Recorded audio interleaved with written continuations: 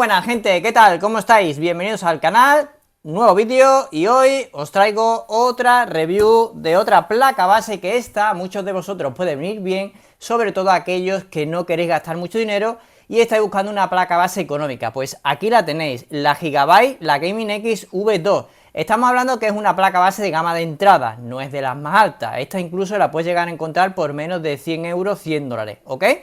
Pero ya digo que no busques la mejor placa base con el chipset el B550, si es el que te interesa. Aquí todavía tiene el plastiquito, no lo he quitado, no os preocupéis que lo acabo de abrir ahora para el vídeo. Haremos un unboxing y os voy a contar exactamente, como hago siempre, pieza por pieza, todo lo que os vais a encontrar en ella, ¿ok? Así que nada, si no te lo quieres perder, pues ya sabes, ponte cómodo porque esto empieza ya.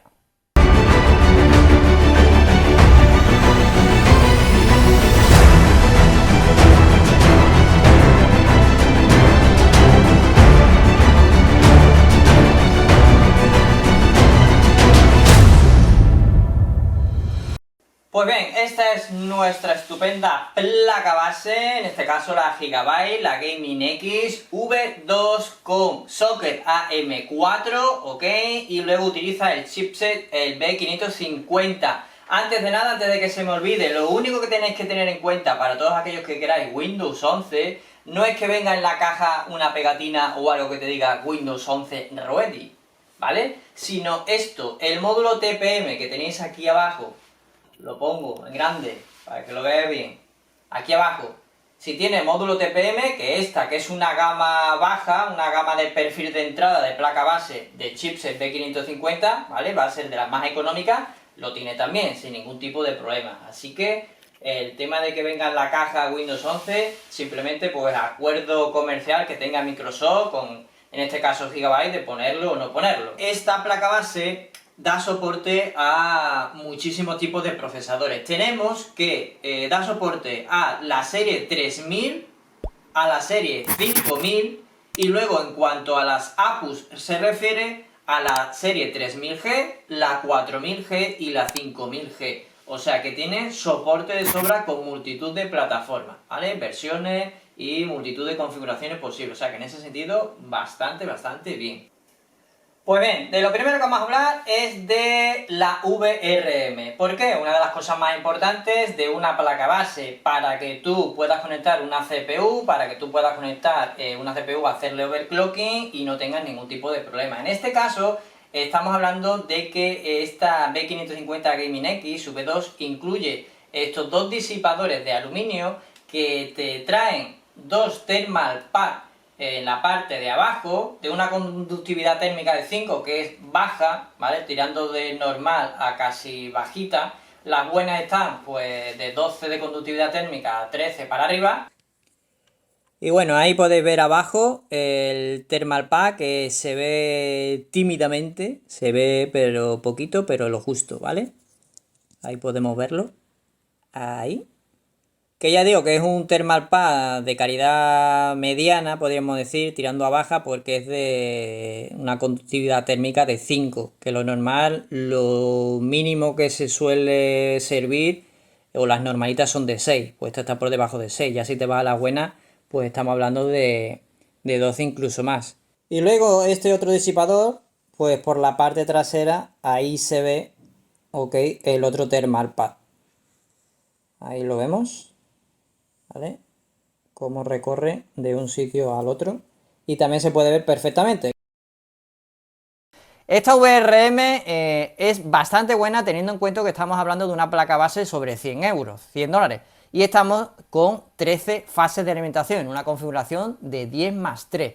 ¿Por qué es importante que tengamos suficientes fases de alimentación? Contra más mejor. Porque si yo quiero ponerle una CPU, si encima ya, no te digo, quiero ponerle una CPU de una gama más o menos alta, o si quiero hacer overclock, de la calle, la fuente de alimentación, recordar, como ya os comenté en el vídeo que hice de qué se compone un PC, donde os explico todos los componentes para qué sirve y su función, os estaré dejando arriba a la derecha una tarjetita muy interesante. Pues de la calle la fuente de alimentación recibe un voltaje muy grande, aquí en España 230 voltios, eso es muy grande. ¿Qué pasa? La fuente de alimentación tiene varios carriles que van filtrando ese voltaje, ¿vale? Y lo van separando para que al final, aquí, a nuestra CPU, llegue el preciso y necesario. De eso se encarga la VRM, de ahí que es tan importante tener, mientras más fase de alimentación tenemos. ¿Por qué? Porque tiene que llegar el justo y necesario para que la CPU sea lo más eficiente posible y que se caliente lo menos posible. Y eso se consigue con una buena VRM, ¿ok? Con un buen módulo regulador de voltaje. Y en este caso, esta placa base consigue tener uno bastante bueno teniendo en cuenta el precio que tiene. Y bien, otra cosa que os voy a comentar, aunque no se ve, ¿vale? Porque está aquí abajo del disipador, los MOSFETs. Estos MOSFETs son de bajo RDS, que, bueno, todas las placas base de una calidad decente, pues ya utilizan MOSFETs de este perfil. Hablamos de la memoria RAM. En cuanto a la memoria RAM, pues bueno, aquí tenéis las 4 ranuras. ¿Por qué? Pues porque podéis poner hasta 128 gigas, ¿ok? Y podéis poner memoria RAM que sea DDR4 en este caso, y un máximo de 128 GB, tiene soporte para perfiles con XMP, soporte para Dual Channel y una frecuencia máxima de velocidad de hasta 3200 MHz con overclocking. Esto en cuanto a la memoria RAM, en ese sentido ningún tipo de problema. En este caso también contamos con dos slots para conectar un SSD M.2, ¿vale? Tenemos este y tenemos este. Aquí, este que depende de la CPU, que aquí aunque no se vea, esto va conectado por un carril directamente a la CPU. Este es PCI Express 4.0 por 4 carriles, ¿ok? Y este que está aquí abajo, que depende del chipset, este va al chipset, este es PCI Express 3.0 por 4 carriles, ¿ok? Así que si queréis conectar un SSD que vaya a la máxima velocidad, lo tenéis que conectar en este, ¿vale? El que está más cerquita de la CPU. Y bueno, si os fijáis, en ninguno de los dos slots para SSD bien instalado, ningún tipo de disipador térmico para los SSD, ni tampoco hemos visto que viene en la caja. Con lo cual tendrías tú que comprar un SSD que ya te venga con el heatsink, con el disipador térmico, o comprar uno aparte y tú se lo montas, como por ejemplo este Arctic M2 Pro que os enseñé hace poquito, o cualquier otro, ¿vale? Lo que os quiero decir es que tenéis que comprar un SSD para proteger vuestro SSD y que no alcance pues las temperaturas tan altas que alcanzan los SSD M.2. En este caso, pues ya digo que no viene con ningún tipo de disipador térmico.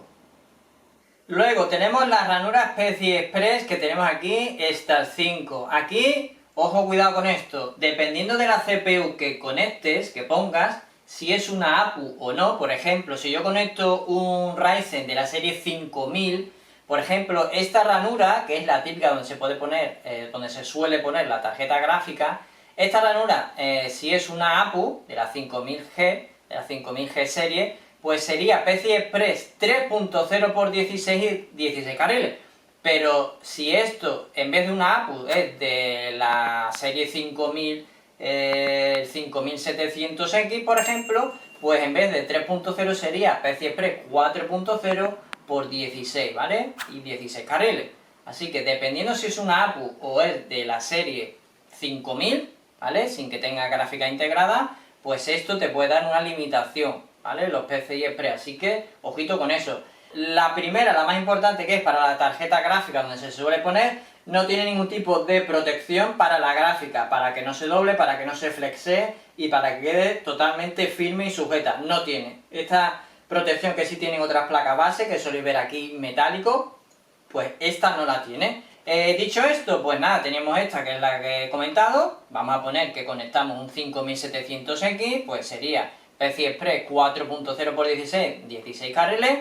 Luego aquí esta sería PCI Express 3.0, ¿ok? Por 16, pero 2 carriles. Y luego tenemos estas tres, que serían PCI Express 3.0 por 1. Pero bueno, ojito, y tenéis que tener en cuenta siempre la CPU que instaléis, porque puede dar algún tipo de limitación en algunos de los PCI Express que conectéis. Luego, en tema de audio tampoco se han complicado mucho la vida, gente. En el tema de audio, pues aquí abajo vamos a acercar esto un poquito, os lo muestro. ¿vale? Aquí abajo, eso sí, como toda placa base, todo lo más alejado posible, ¿vale? De todos los componentes de la placa base para intentar mitigar ese ruido y esa interferencia que pueda haber, pero fijaros, aquí abajo tenemos los capacitores, ¿vale? Los condensadores, que sí que son de más calidad que los otros, son de alta calidad, son Nichicon, pero utiliza solamente 4. Por ejemplo, la Asus ROG que hace poquito os enseñé, la B550F Gaming, utiliza hasta 9 capacitores, 9 condensadores de alta calidad, y aparte utiliza la Asus el code propio, el S1220A. Aquí utilizamos el códec de audio uno más genérico, el ALC, el 887. Y además de todo, el chip de audio, fijaros que está aquí, ¿vale? No está protegido con ninguna cubierta, como sí que está protegido en la placa base de Asus, ¿vale? O sea que en ese sentido, en el tema de audio, no tiene absolutamente nada que ver con la placa base de Asus, la Asus ROG Strix, la B550F Gaming. A nivel de audio, cumple, se escucha bien, pero que ya digo que lo han dejado un poquito abandonado para que tengas un buen audio, pero ya está, ¿vale? Lo justo. Luego, a nivel de diseño, que no quiero que se me olvide comentaros por encima que es una placa base que en realidad es muy parecida a otras placas base de Gigabyte, por lo menos con el chip el B550, como puede ser la Aorus Elite. Es muy parecida y muy similar, como ahora veremos incluso en las conexiones, que están todas en el mismo sitio y casi todo es igual. Lo único que cambia, obviamente, aquí tenemos serigrafía de Gaming X, pero bueno, lo que es la cubierta que protege el chipset, ¿vale? Esta, pues, es básicamente igual, tiene las mismas dimensiones, y luego, obviamente, en lo que es la placa base, aquí fijaros, pues, que viene con toda esta serigrafía propia de Gaming X, pero lo que es en sí, lo que es la placa, la construcción, es bastante parecida, quitando obviamente las diferencias, como hemos visto a lo mejor, que puede ser el tema del audio y alguna otra cosita puntual, pero se parecen bastante. O por ejemplo, bueno, aquí puede decir que esta placa base no tiene ningún tipo de RGB por ningún sitio, y que bueno, por ejemplo, la Aorus Elite, pues los disipadores también se diferencian, ¿vale? Pero bueno, que es una placa base que en sí, pues, al ser de Gigabyte, pues es una gama un poquito inferior, podríamos decir, pero se parecen bastante. Luego, para el tema de red, pues aquí, que casi no se ve, muy pequeñito, tenemos el chip, el Realtek, el 8118, ¿vale? Que luego, como veremos en el panel de atrás, utiliza una conexión Ethernet de 1 GB por segundo. Y luego me voy a meter ya en las conexiones, y luego si me ha olvidado alguna cosita por encima, pues la comentamos. A nivel de conexiones, muy parecido, como digo, a la Aorus Elite. Y ahora os diré porque prácticamente es lo mismo, pero es que hay cosas a mí que particularmente no me gustan. Pero bueno, vamos a ir viendo poquito a poco las conexiones que tenemos y lo vamos comentando. Pues bien, aquí en primer lugar, como es habitual, tenemos la conexión para el audio. Luego tenemos aquí una conexión de 3 pines para conectar dispositivos ARGB. Luego tenemos aquí una conexión de 4 pines para conectar dispositivos RGB. Luego tenemos aquí una primera conexión SysFan, en este caso SysFan 3, el módulo TPM a continuación. Luego tenemos dos conexiones USB 2.0. Aquí tenemos para la conexión USB 3.2.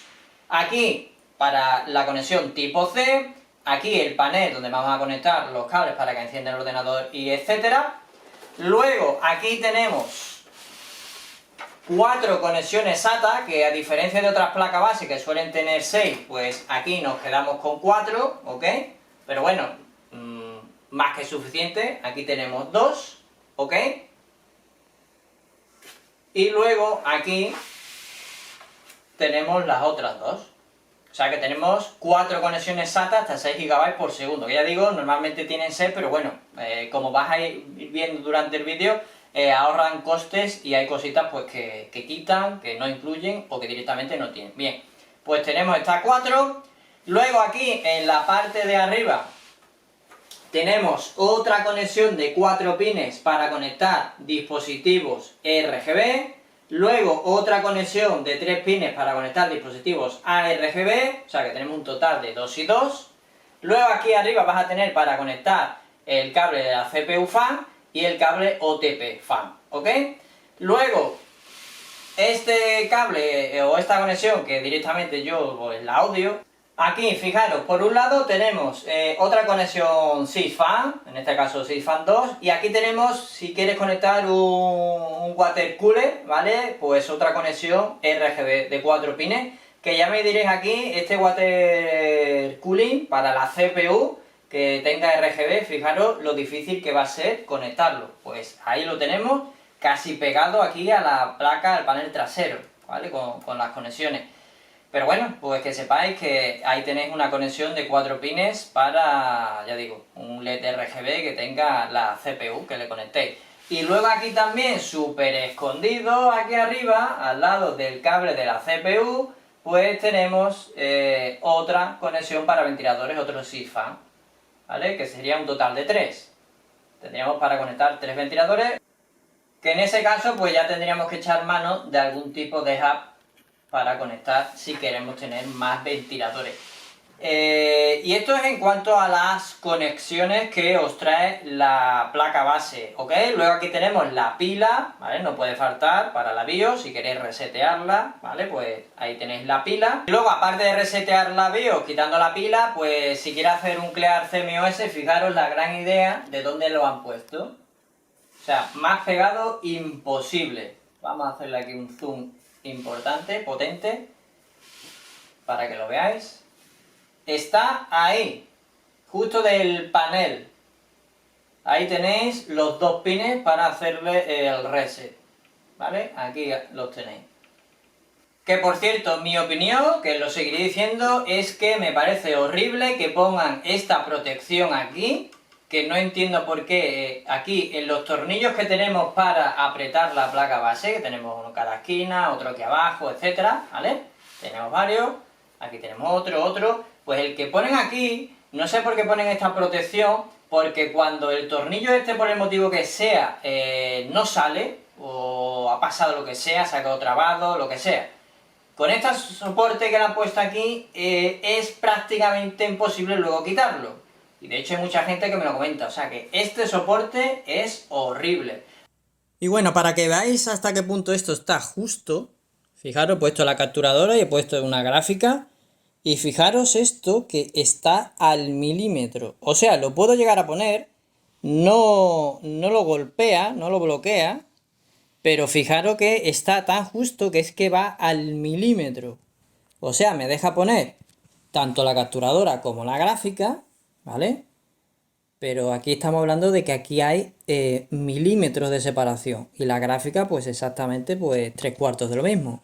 Que sí que es verdad que se puede poner, pero a lo mejor hay algún dispositivo que yo quiera colocar aquí, algún tipo de gráfica por el diseño que tenga, o aquí algún otro dispositivo que no sea una capturadora, que a lo mejor aquí pues cabe golpeando. Pero bueno, para que sepáis que esta cubierta a mí particularmente no me gusta, ¿vale? Muy justito. Y bueno, pues siguen queriendo proteger el chipset con este tipo de cubiertas, pero bueno, pues para que sepáis que se pueden montar cosas y en principio no debería de haber problema. Y bien, pasamos a la parte trasera, el panel trasero, que aquí vais a entender también por qué esta placa base pues es más económica, ¿ok? Aquí lo que llama la atención hoy en día, fijaros que todavía sigue incluyendo pues aquí un conector PS2 para conectar teclados, ratones, etcétera, periféricos, que esto normalmente ya pues no se va a ver, no se ve, ¿vale? Con frecuencia. Luego aquí tenemos 2 conexiones USB que son 2.0, estas 2 que tenemos aquí. Luego fijaros aquí también una conexión DVI, que esto tampoco se ve ya, fijaros, un DVI, prácticamente eso ya pues no se utiliza. Lo que suelen traer las placas base es una conexión HDMI y una conexión DisplayPort. Sí que es verdad que aquí tenemos una conexión HDMI y que en este caso soporta hasta 4K 60, ¿ok? Pero bueno, llama la atención que me pongas un HDMI 2.1 y luego me pongas un DVI. No le veo mucho sentido cuando lo normal es un DisplayPort en esto a día de hoy, ¿no? En el momento en el que estamos. Pero bueno. Luego aquí en azul tenéis 2 conexiones USB que son 3.2, generación 1. Luego aquí tenéis una de color rojo, ¿ok? Que este es de USB 3.2 generación 2. Luego aquí tenemos el botoncito para el Q-Flash, ¿vale? Si queremos flashear la BIOS. Y luego aquí por último tenemos otra conexión USB, que es una conexión USB para el tema de conectar el pendrive y actualizar la BIOS. Luego aquí tenemos una conexión de red Gigabyte, ¿vale? No tiene dos, aquí tenemos una. Y luego aquí fijaros que tenemos tres conexiones de audio, que tampoco tenemos 5, como también suele ser habitual en muchísimas placas base. Aquí tenemos 3 y no tenemos conexión óptica, por ejemplo, de audio. Aquí tenemos 3 jack de 3,5, que son las 3 conexiones de audio que trae este panel trasero, que ya digo que es un poquito peculiar. ¿Por qué? Primero, solamente tiene 3 conexiones de audio, tiene conexión PS2 y tiene una conexión DVI que es poco habitual. Pues bien, gente, esto sería todo en cuanto a esta estupenda placa base. Eso sí, placa base de entrada, económica, que de hecho te la puedes llegar a encontrar por menos de 100 euros, 100 dólares. Eso sí, tiene sus carencias si la comparamos con otras placas base, como puede ser, por ejemplo, la Asus ROG Strix, la B550F Gaming, que también la analicé en el canal. Si quieres verla, te dejaré arriba a la derecha una tarjetita para que le eches un ojo al análisis completo que hice. Esa para mí es la mejor placa base con el chipset, el B550, pero esa pues está en torno a unos 150 euros, 150 dólares. Aquí estamos hablando sobre 100. Se nota bastante, ¿vale? Pero bueno, ya digo, depende de tu equipo, de la CPU que tengas. Si a lo mejor no vas a hacer ningún tipo de overclocking, pues esta placa base te puede venir muy bien.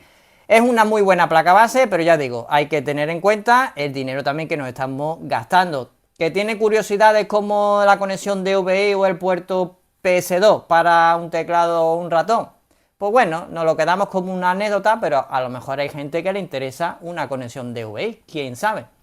Por lo demás, pues gente, yo espero que el vídeo os haya gustado, que os haya parecido interesante y que si es así, si ha resultado de utilidad y alguna cosilla os podido resolver la duda, pues un me gusta grandote para apoyar el vídeo y que el canal siga creciendo. Por lo demás, yo prontito os veré con un nuevo vídeo, así que no me faltéis. Nos vemos. Bye, bye.